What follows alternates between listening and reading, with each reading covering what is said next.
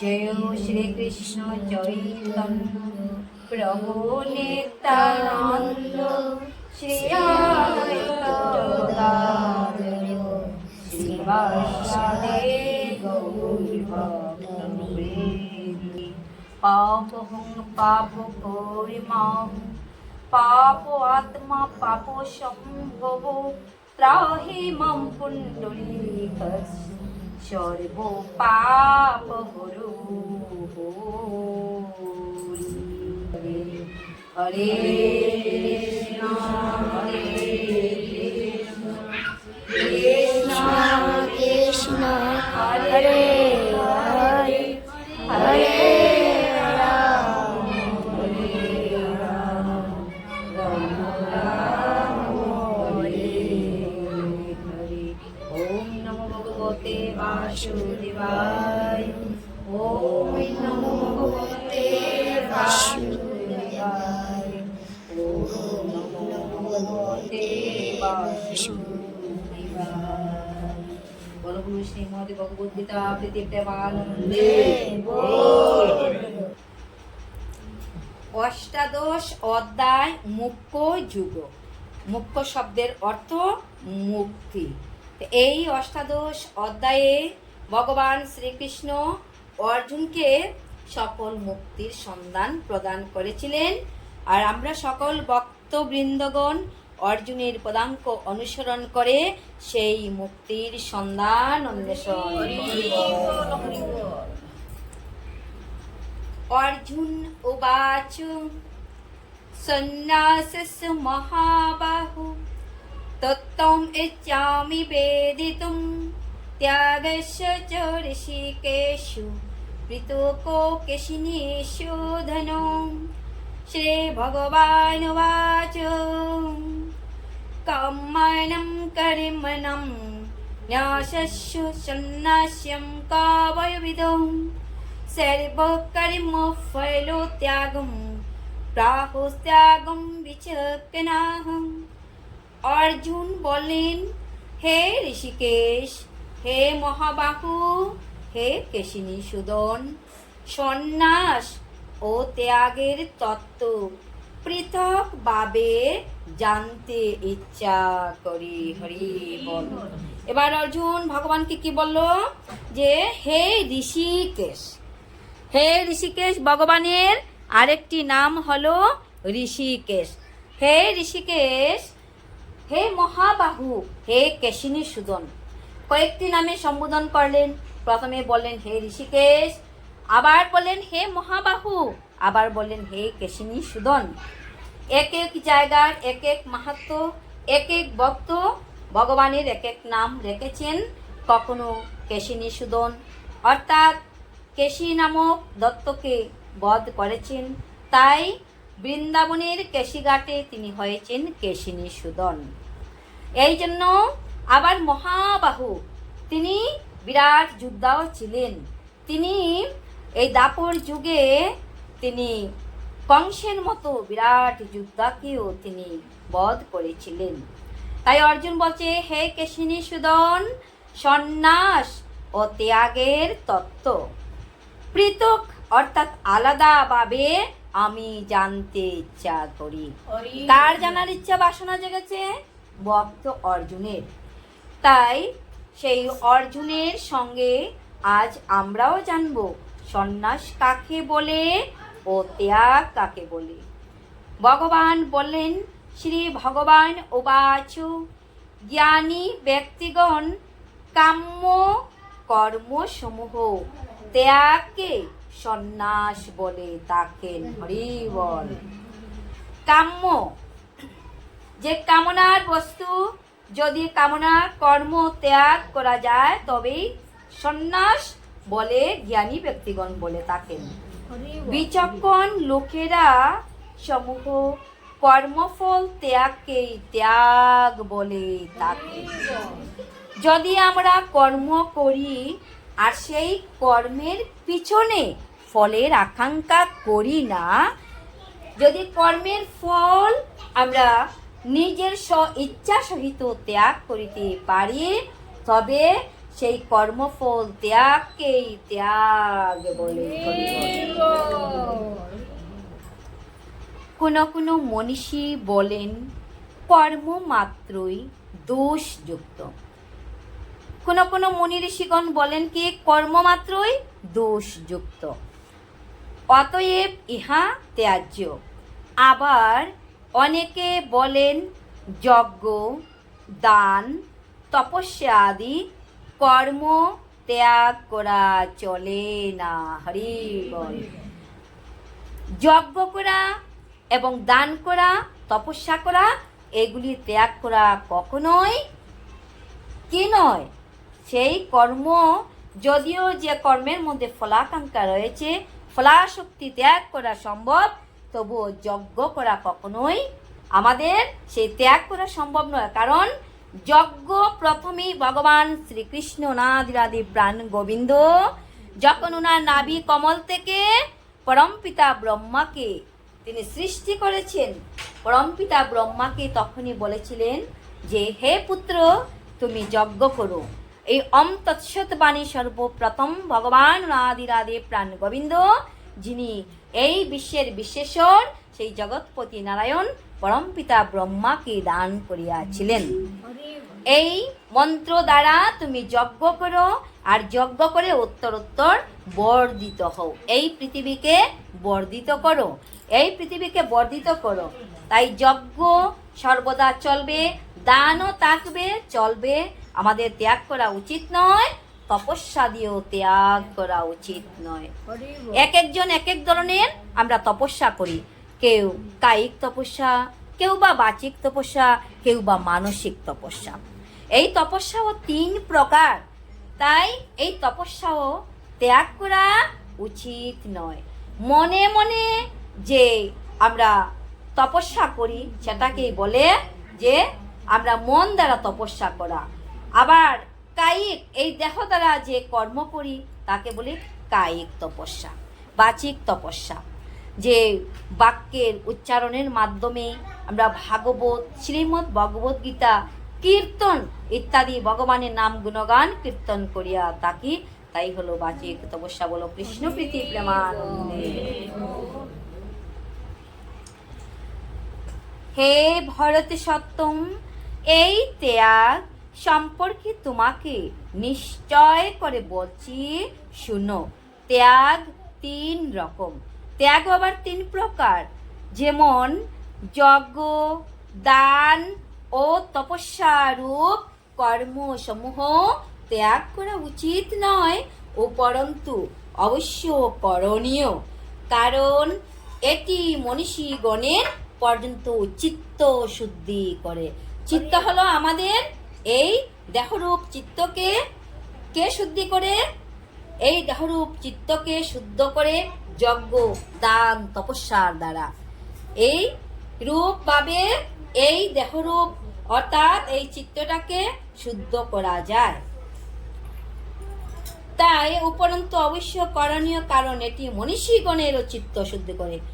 আমরা তো দূরের কথা, মুনি ঋষিদের দেহ পর্যন্ত, চিত্ত পর্যন্ত, হৃদয় পর্যন্ত পরিশুদ্ধ হয়। হে পার্থ, আসক্তি ও ফল কামনা ত্যাগ করে এইসব কর্ম করাই কর্তব্য। কি বলেছেন?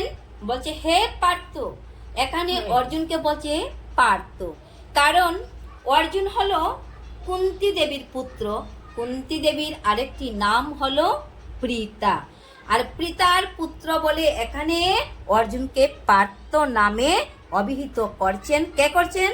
ভগবান প্রাণ গোবিন্দ, ঈশ্বর পরম কৃষ্ণ সচ্চিদানন্দ বিগ্রহ অনাদিরাদি প্রাণ গোবিন্দ সর্ব কারণ কারণ, যিনি সকল কারণের মূল কারণ।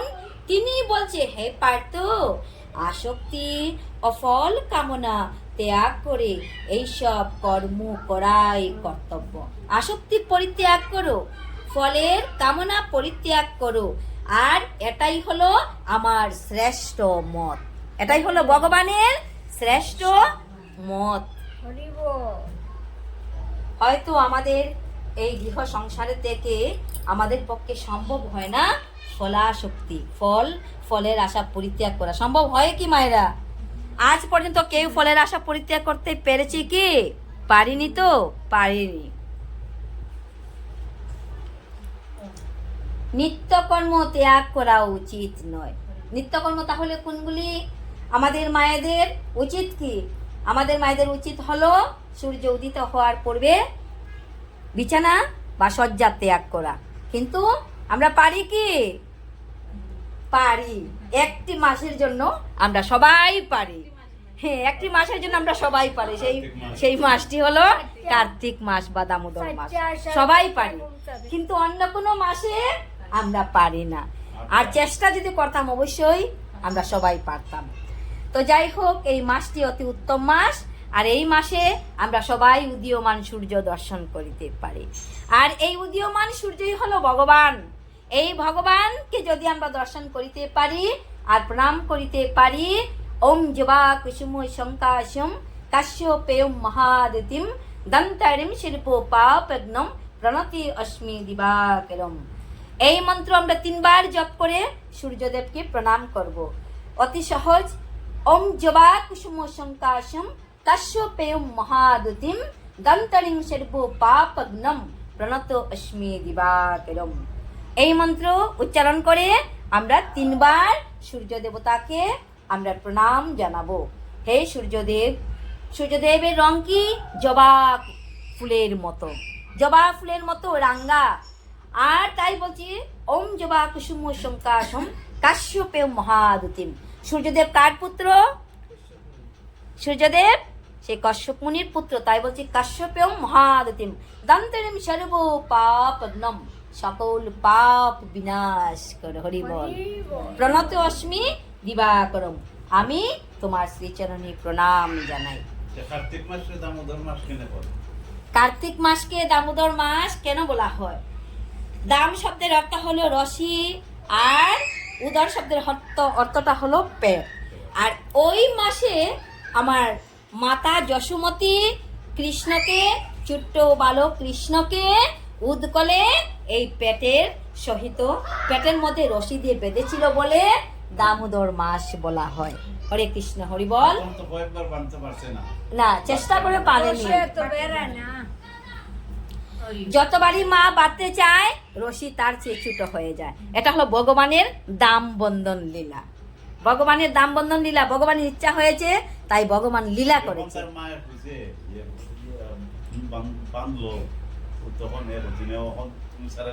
সারেন্ডার অর্থাৎ আত্মসমর্পণ।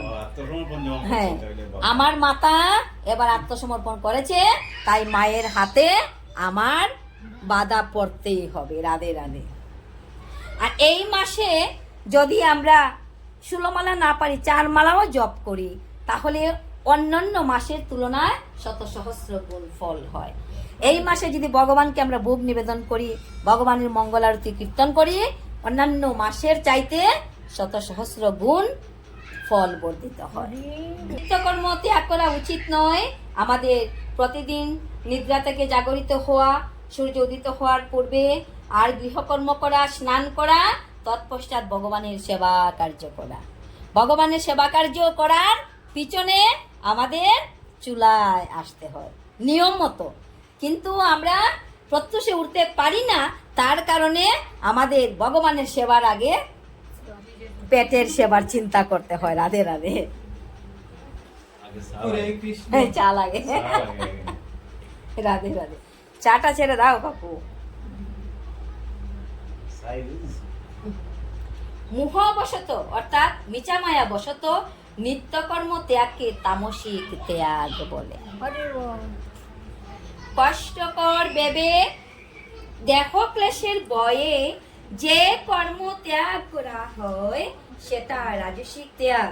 সেই রকম কোন রকম প্রকৃত ফল লাভ হয় না রাজসিক ত্যাগে।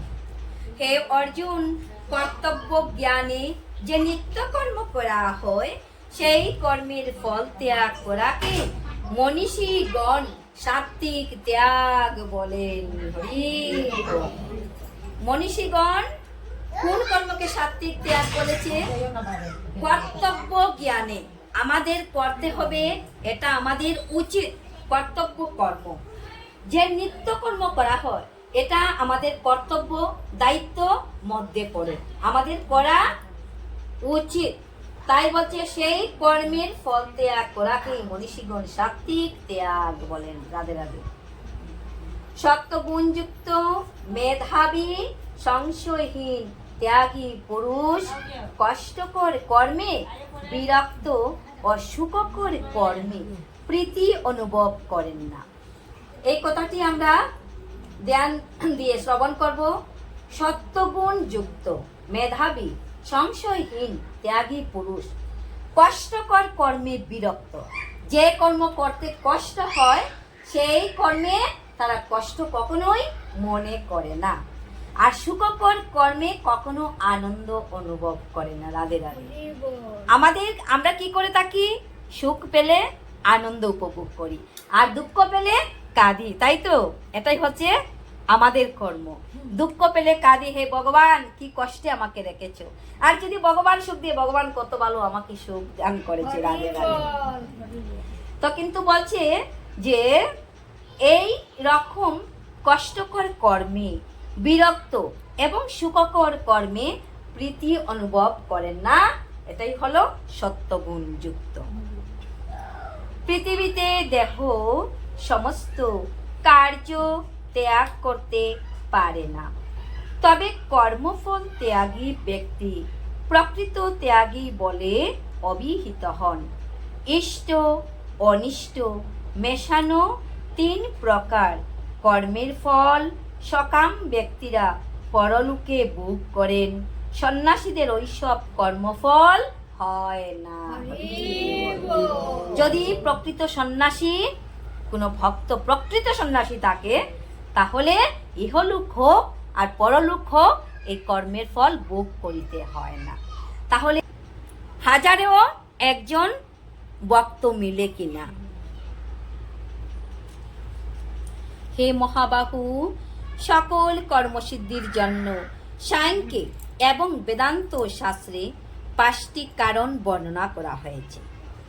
এই কথাগুলি আমরা মনোযোগ সহকারে শুনব যে 5টি কারণ কি কি, বেদান্ত শাস্ত্রে কি উল্লেখ করেছেন কর্মসিদ্ধির জন্য। সাংখ্যে দেহ, অহংকার, ইন্দ্রিয়, প্রাণ, অপানাদি ও দৈব, এই হলো 5টি কারণ। দেহ, অহংকার, ইন্দ্রিয়, আমাদের চক্ষু, কর্ণ, নাসিকা, জিহ্বা, ত্বক, বাক, পানি, পাদ, পায়ু, উপস্থ, এই দেহের মধ্যে অহংকারও রয়েছে, আর প্রাণ অপান সব রয়েছে। এই হলো মুখ্য 5টি কারণ। দেহ, বাক্য ও মনের সাহায্যে মানুষ ধর্ম ও অধর্ম যে কোনো কাজই করুক, এই 5টি সকলের হেতু। এই 5টি হলো সব কর্মের মূল উৎস। সেই জন্য এই 5টিকে না জেনে যে ব্যক্তি নিজেকে কর্তা মনে করে সেই মূঢ় প্রকৃত সত্য জানতে পারে না। আমরা সদাই বলি আমি করি, তাই বলি না? কিন্তু কে করে? আমার ইন্দ্রিয়গুলা করছে। আজ কথা বলছি ইন্দ্রিয়র মাধ্যমে, যদি রসনা না থাকতো তাহলে আমরা কথা বলা সম্ভব হতো না। তাই ইন্দ্রিয় কথা বলছে, আমি নয়, ইন্দ্রিয় বলছে। এই জন্যই বলছে চক্ষু, কর্ণ, নাসিকা, জিহ্বা, ত্বক, বাক শব্দ অর্থ হলো কথা বলা। এই যে কথা বলা এটা ইন্দ্রিয়, আর সেই ইন্দ্রিয়টি হলো জিহ্বা অর্থাৎ রসনা। এই রসনার দ্বারাতে আমরা কথা বলিয়া থাকি। সেই জন্য এই 5টিকে না জেনে যে ব্যক্তি নিজেকে কর্তা মনে করে সেই মূঢ় প্রকৃত সত্য জানতে পারে না। আমি কর্তা বলে যার অভিমান নাই, যার বুদ্ধি ইষ্ট অনিষ্ট বোধে কাজে লিপ্ত হয় না, জগতের সকলকে নাশ করলেও তিনি কাউকেই নাশ করেন না, যার ফলে তার কর্ম বন্ধন হয় না। প্রেম সে কহো রাধে রাধে। কর্ম বন্ধনে লিপ্ত হয় না। আমি কর্তা বলে যার কোনো অভিমান নাই, কিন্তু আমাদের অভিমান তো রয়েছে, আমাদের অভিমান রয়েছে, অহংকার আমাদের রয়েছে। আজকে কণ্ঠে উচ্চারণ করব। গঙ্গা, গীতা, সাবিত্রী, সীতা, সত্তা, পতিব্রতা, ব্রহ্মাবলী, ব্রহ্মবিদ্যা, সন্ধ্যা, মুক্তি গেহিনী, অর্ধমাত্রা, চিদানন্দা, ভবগ্নি, ভ্রান্তি নাশিনী, বেদত্রয়ী, পরানন্দা, তত্ত্বার্থ জ্ঞান। হরে কৃষ্ণ হরে কৃষ্ণ কৃষ্ণ কৃষ্ণ হরে হরে হরে রাম হরে রাম রাম রাম হরে হরে হরে কৃষ্ণ হরে কৃষ্ণ কৃষ্ণ কৃষ্ণ হরে হরে হরে রাম রাম রাম